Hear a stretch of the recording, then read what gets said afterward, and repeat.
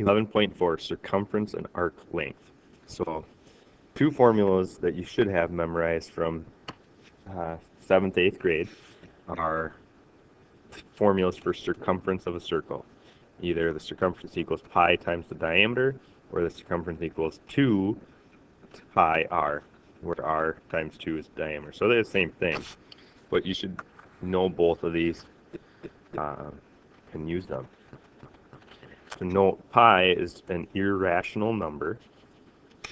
Okay. Irrational number. Meaning if I write it as a decimal, it would continue on and on.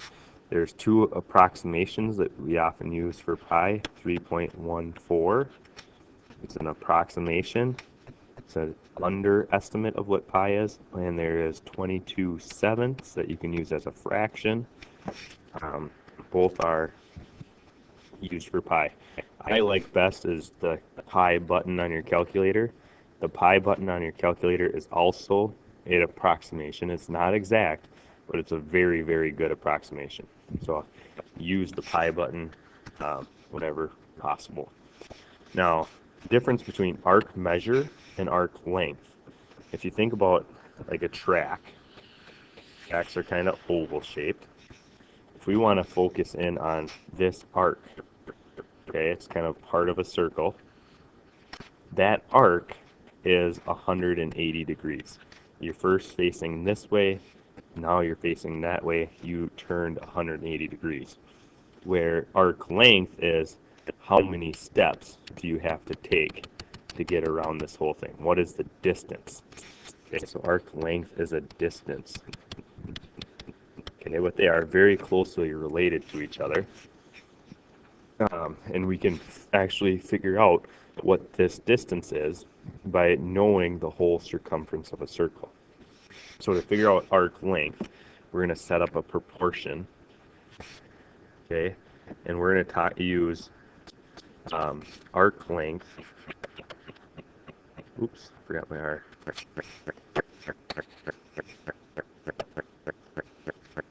That arc length is a part of a circle, of a circumference. Right? Arc length is a distance of a part, the circumference is the total distance. And we can compare that to arc measure, that the measure of arc AB in this case to the 360 degrees.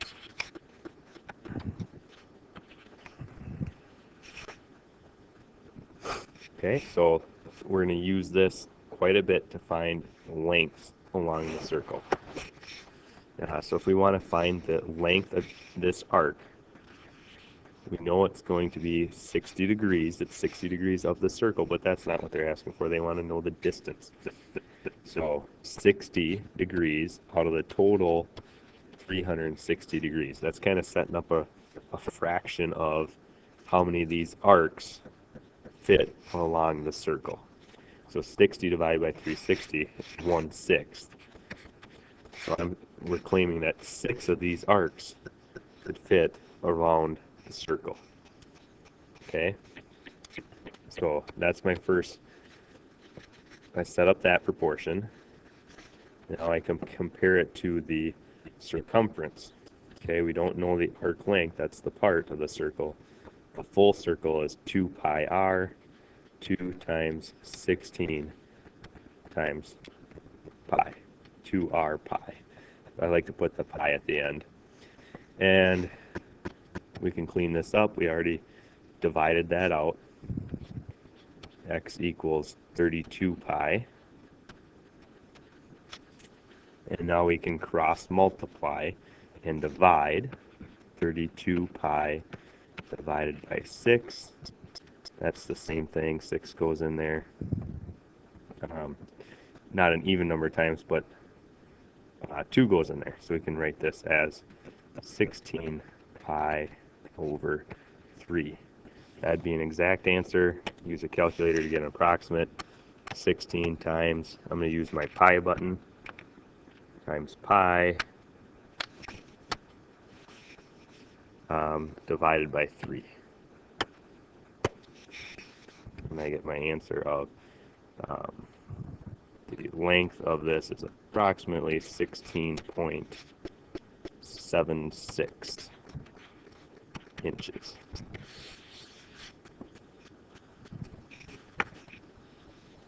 Okay, example 2, find the measure.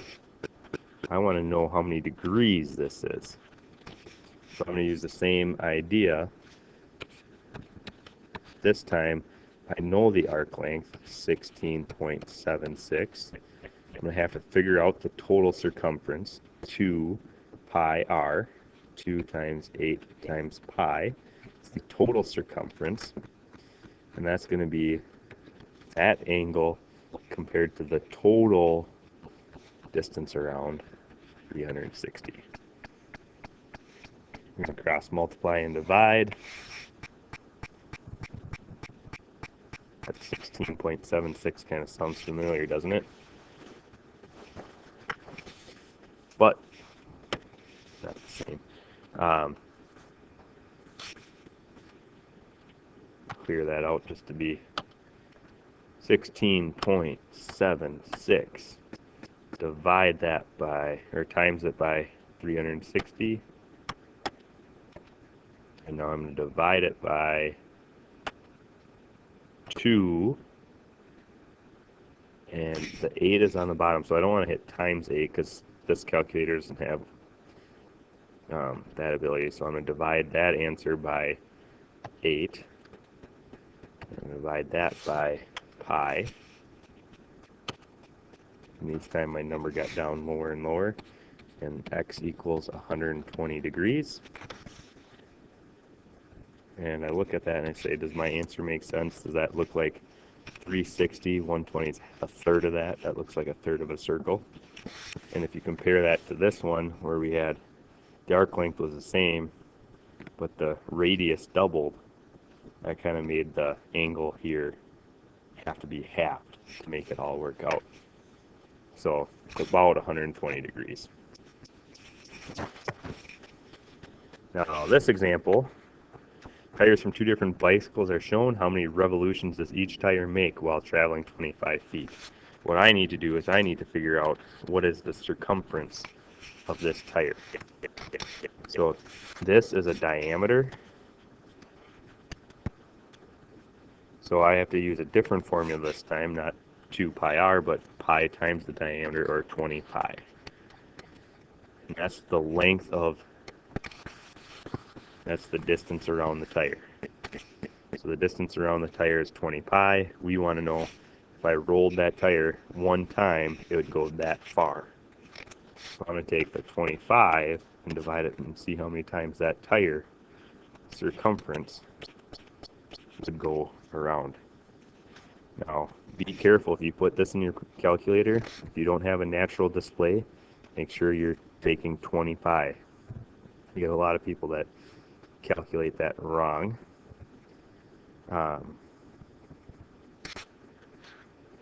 And I should pause for a second. I'm just looking at what my answer, I was going to estimate this, and I was like thinking to myself, well, 20 times pi, if pi was 3, I'd get 60. It's going to be, 1/2 or something like that.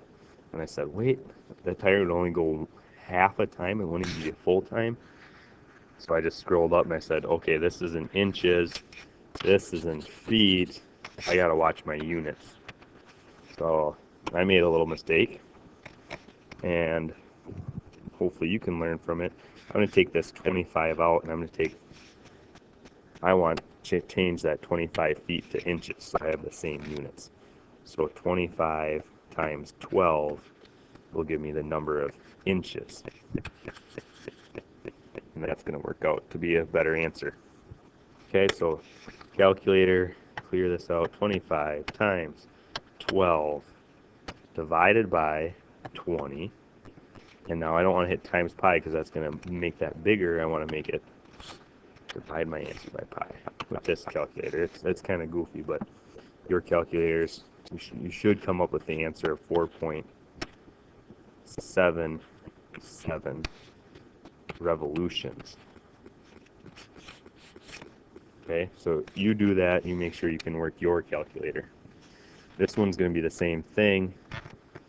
I'm going to take that 25 times 12, the number of feet, and divide it by the circumference, 13 pi. And I should get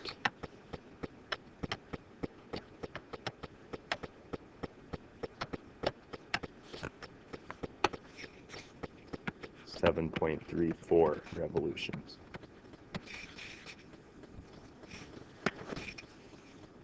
Find the total distance around the following figure.